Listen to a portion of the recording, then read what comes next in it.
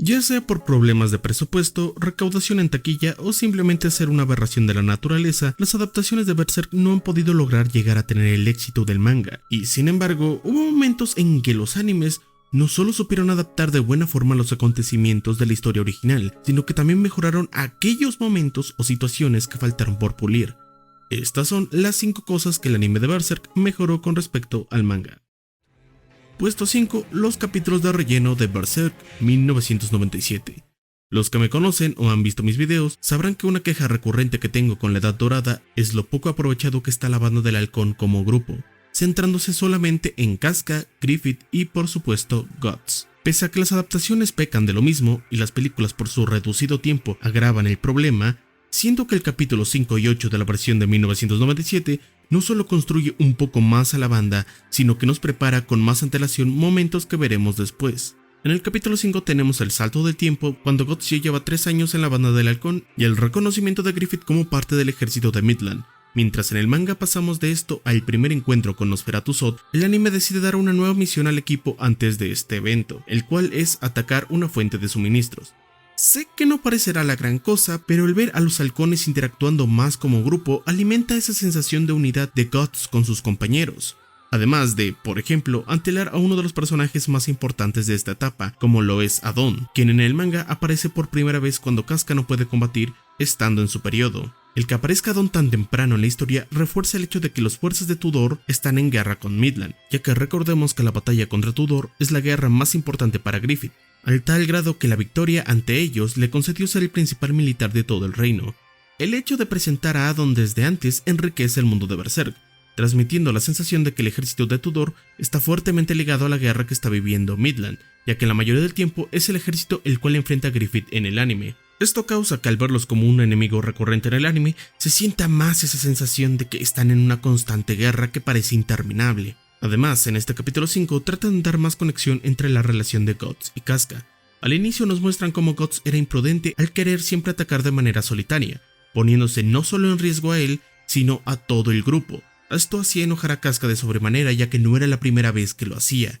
Pero en este capítulo, Guts parece que nuevamente va a luchar solo y dejar de lado a sus compañeros, pero en realidad solo cabalga para avisar a Griffith que el lugar donde iban a atacar era una trampa y estaba a punto de explotar, así salvando la vida de todos. Casca ante esto ve que Guts realmente ha madurado y le pide disculpas. Reitero, no es la gran cosa, pero añades un poco más de complejidad a su relación, la cual vamos viendo como ambos personajes se dan cuenta de que uno no es tan imprudente y el otro simplemente no es amargado. Sin embargo, he de admitir que el capítulo 8 es incluso mejor en este apartado. Nuevamente, la banda del halcón tiene que invadir una fortaleza de Tudor, liderada nuevamente por Adon. Sin embargo, aquí el foco reside en la banda. Hay varios planos largos de cómo ellos preparan la estrategia, de cómo combaten e incluso una toma final en donde Yudao salva a sus compañeros. Al final Guts viendo las relaciones que ha formado hasta ese momento. ¿Y saben por qué este momento es tan importante? Porque generas más conexión, aunque sea poca, con estos personajes. En el manga conocemos antes a Guts que a ningún otro personaje.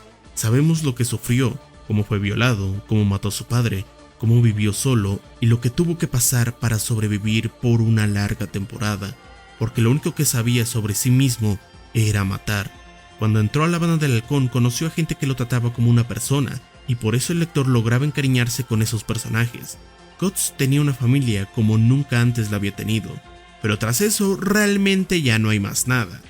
No es lo mismo ver a Yudao, Corcus o Pippin pelear y dar espadazos de forma separada que verlos juntos, reunidos y sonriéndoles a nuestro protagonista, quien tenemos más cercanía como lectores. No es lo mismo ver a Guts con un gran ejército si no hay interacción con los demás personajes, a ver cómo Guts comanda y es respetado por los demás. Son estos pequeños momentos que, al conectar a la banda del halcón con nuestro protagonista, generas mayor sensación de apego con ellos.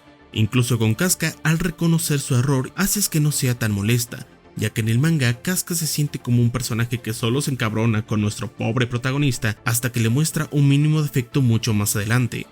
Y la muestra de Adon o de Volskong como villanos mucho antes de la batalla de Doldry enriquece al mundo de Berserk al ver cómo ellos están siempre en las batallas y son muy recurrentes como enemigos de Griffith, así dando paso a que cobre sentido el por qué han tenido una guerra con ellos por más de 100 años. Definitivamente, al ser un relleno original del anime, no mejora algo visto propiamente en el manga como tal, pero añadir esto le da un poco más de sustancia a la historia y son agregados más que bienvenidos.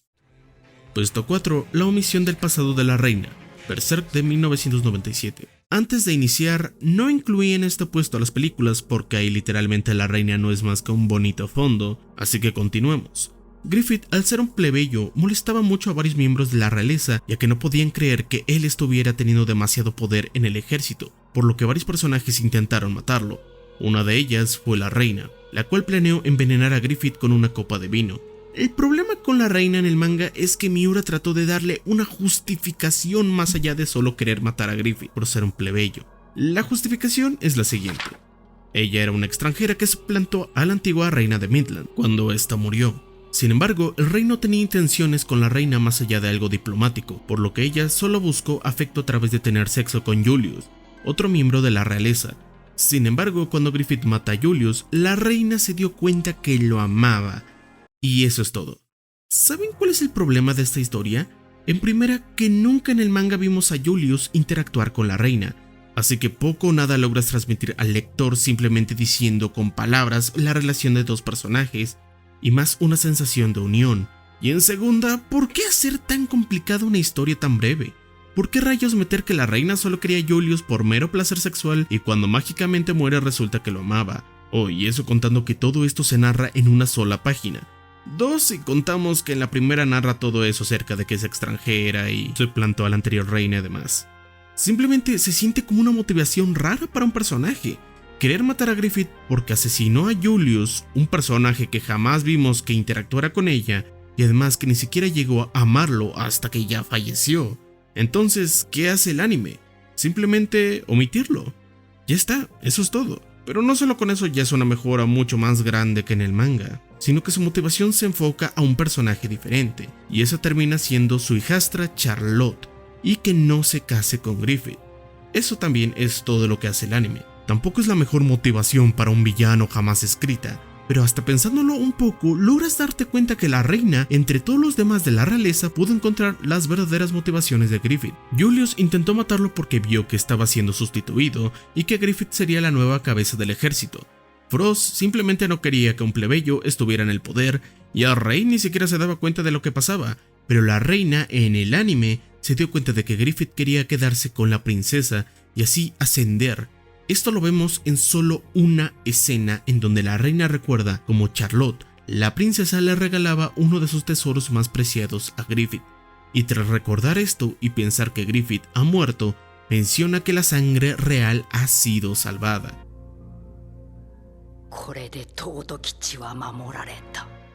O sea que Griffith ya no podrá acercarse a la princesa.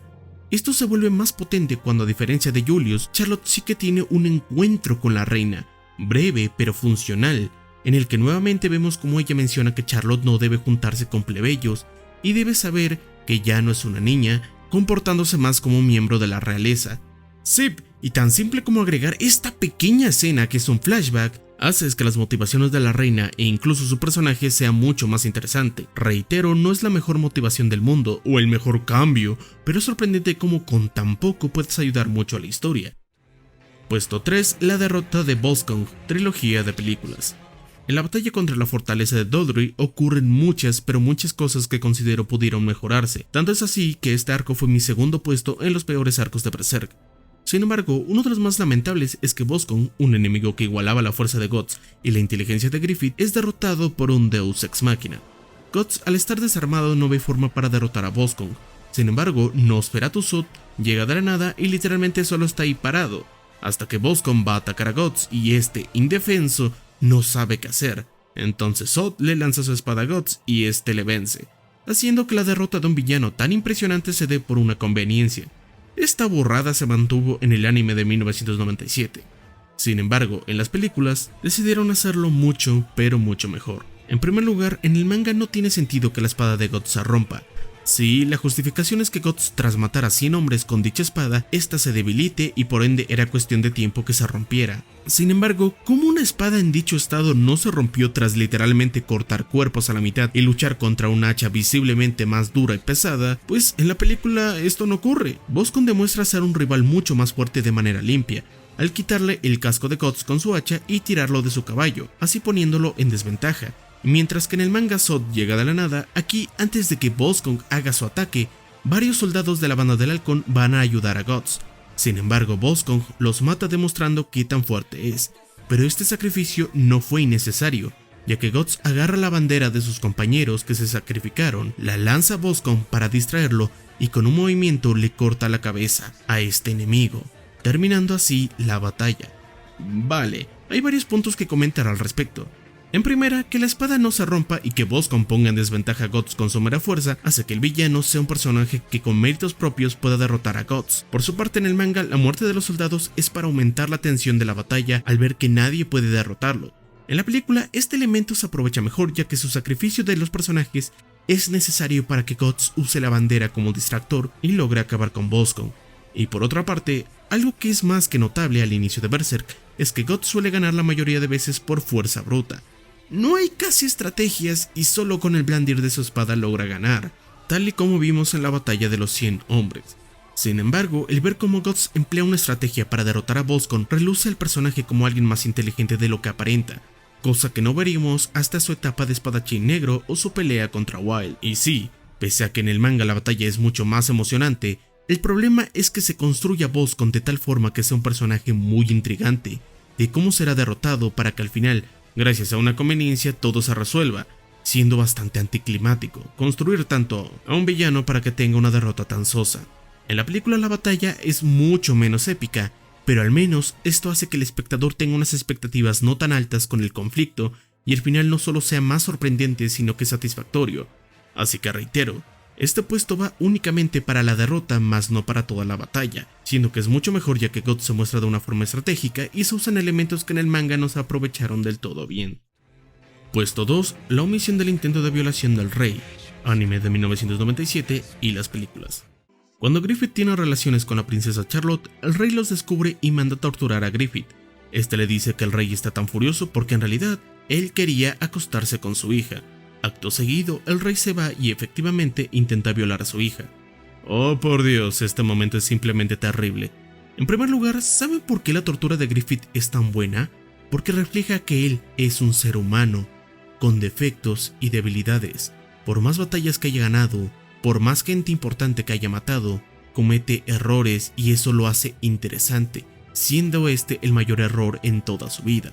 De hecho, Griffith también violó de cierta forma a la princesa ya que ella no quería en primera ser besada por él y hasta le dolía tener relaciones con Griffith. Sin embargo, al menos podríamos decir que lo amaba a pesar de estar haciendo algo que no quisiera. Pero claro, si comparas esto con literalmente casi abusar de tu hija mientras está dormida, queda peor lo segundo, y eso hace este momento.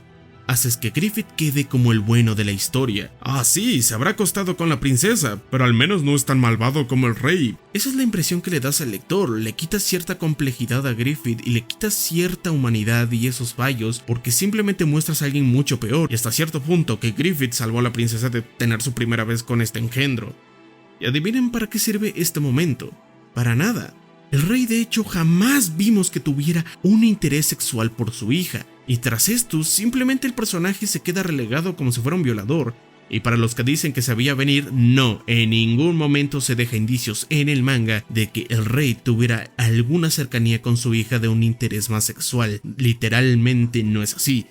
Ahora, a la historia que le hubiera quedado mejor cierto enfoque, un rey que por su bondad, por sus ganas de que haya una paz en su reino, deja que un plebeyo se convirtiera en parte de su ejército y le abriera todas las puertas a su reino, ya que vio sus éxitos en batalla, y finalmente ves que se recompensa todo eso, ya que acabó con una guerra de más de 100 años. El rey que buscaba tanto esa paz, junto a la difícil tarea de gobernar, trajo un extraño a su propia casa y le dio éxitos en esa paz que tanto deseaba. Pero ese extraño también, al cual le diste todo, te lo paga teniendo relaciones con tu hija, sin tu consentimiento. Obviamente, el rey ya a esto quedaría traumado, no podría confiar en nadie, y en su pequeño corazón, aquella que lo mantenía cuerdo, su hija, haya sido marcada por alguien que tú mismo lo dejaste entrar al mundo de la realeza, así que de cierta forma fue tu culpa. Esto haría el personaje más interesante, ya que se vuelve loco porque pudo proteger al reino, pudo proteger a su pueblo, pero no pudo proteger a lo más importante, a su niña, quien fue abusada por alguien que consideraba un camarada. que él mismo le dio las llaves para entrar a su castillo. Eso, o mejor mostrar a Rey como un bonachón y que simplemente se vuelva loco porque alguien violó a su hija antes que ella. Y es que esto en el manga nunca se vuelve a plantear.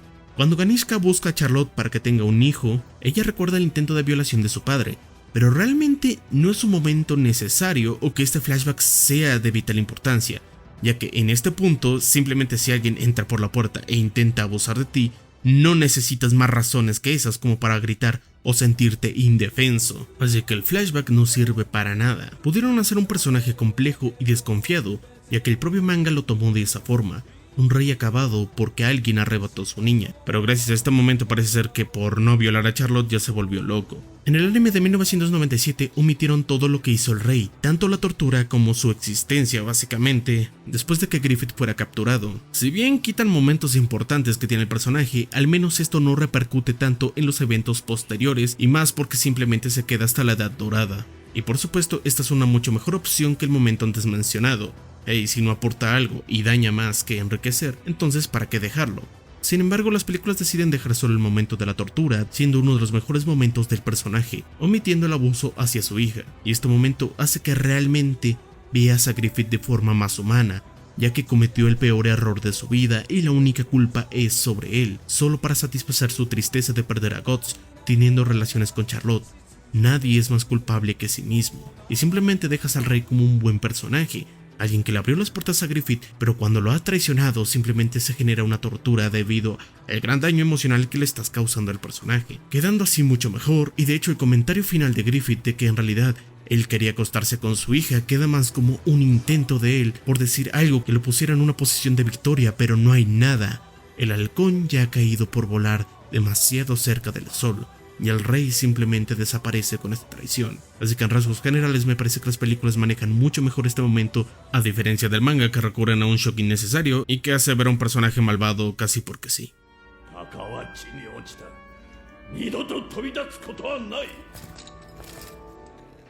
Puesto 1, la omisión de Wild, anime de 1997 y las películas. Si vieron mi video de peores arcos de Berserk, sabrán que yo considero al de Wild como el peor de largo. Casca es utilizada como un recurso de shock barato donde casi la violan sin razón, las batallas carecen de sentido, la banda del halcón no hace nada en la batalla final y realmente lo que más aporta se encuentra hasta el último capítulo del propio arco. Si quieren ver que profundice más en todo esto, para eso está el video de los arcos. Ahora bien, creo que el anime muestra de manera muy buena el cómo pudo llevarse a cabo esta sección del manga. Tras rescatar a Griffith estando este destruido por las torturas del rey, Guts y la banda del halcón deciden llevarlo a la frontera para ponerlo a salvo. En las películas no ocurre mucho, solo destinando unos breves minutos para ver cómo el ejército de Midland persigue a Guts y compañía y luego son derrotados por los mismos. Pese a ser mejor que en el manga, ciertamente hay que destacar que fue algo muy breve, pero que ni la propia película toma importancia. Pero la mejora más grande es con el anime de 1997, en donde también el ejército de Midland va tras los halcones. Sin embargo, toman la parte más importante del arco de Wild y la implementan a su forma, esta vez siendo un soldado de Midland que muestra a los halcones el deteriorado cuerpo de Griffith tras la tortura. El anime logra superar al manga en el momento que los soldados de Midland, aquellos quienes Griffith había superado con cada estrategia, con cada batalla ganada, e incluso logró alzarse como plebeyo frente a la realeza, aquellos enemigos que había vencido de aquel lugar donde podía gobernar, estaban ahora venciéndolo a él, exhibiendo su parte más frágil, su cuerpo destruido. La Midland que le abrió las puertas para que alzara el vuelo ahora es la misma que lo deja caer.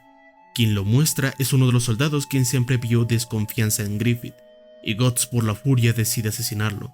Tiempo después, todos los halcones están tristes por ver a su líder destruido. Aquí no hay algún momento que deje ver a Casca como nuevamente es inutilizada. Aquí no hay un Guts que con heridas de muerte logra pelear y curarse casi por arte de magia, o un Zod que aparece para salvar el día. Aquí solo hay un hombre derrotado frente a un sueño hecho pedazos. Como bien he mencionado, no todo en el arco de Wild es malo. El propio villano es sumamente carismático y presente en otra saga como en el Espadachín Negro o Condena hubiera funcionado mejor, pero es en estos casos la muestra más grande de que a veces, con mucho menos, se puede hacer algo mucho más grande. Tanto en el anime como en las películas preservaron la sensación que quería transmitir el manga sobre la perdición de los halcones para ir acostumbrando al lector a un tono trágico, hasta llegar al eclipse, las películas dándole un enfoque a Griffith como protagonista para ver su caída como personaje, así que ves toda su transición de alguien derrotado, y la serie dándonos una escena reinterpretada del manga, destacando sobre este último, porque lo importante no era ver cómo violaban a una campesina, no era ver a Casca desnuda en el campo de batalla, era ver cómo un ídolo, una persona que parecía perfecta e inalcanzable, había caído hasta lo más bajo frente a todos aquellos quienes casi lo veían como un ser de cuento de hadas, para dar paso a su decisión de volver a tener el poder que le fue arrebatado. Y así es como el anime y las películas supieron adaptar de mejor forma este momento, omitiendo aquello que era descartable y aquello que afectaba la narrativa, y poniendo lo realmente importante, y que dejaba al espectador a las puertas de un eclipse que marcaría la historia de Berserk para siempre. Yo soy Crollo y nos vemos en otro video.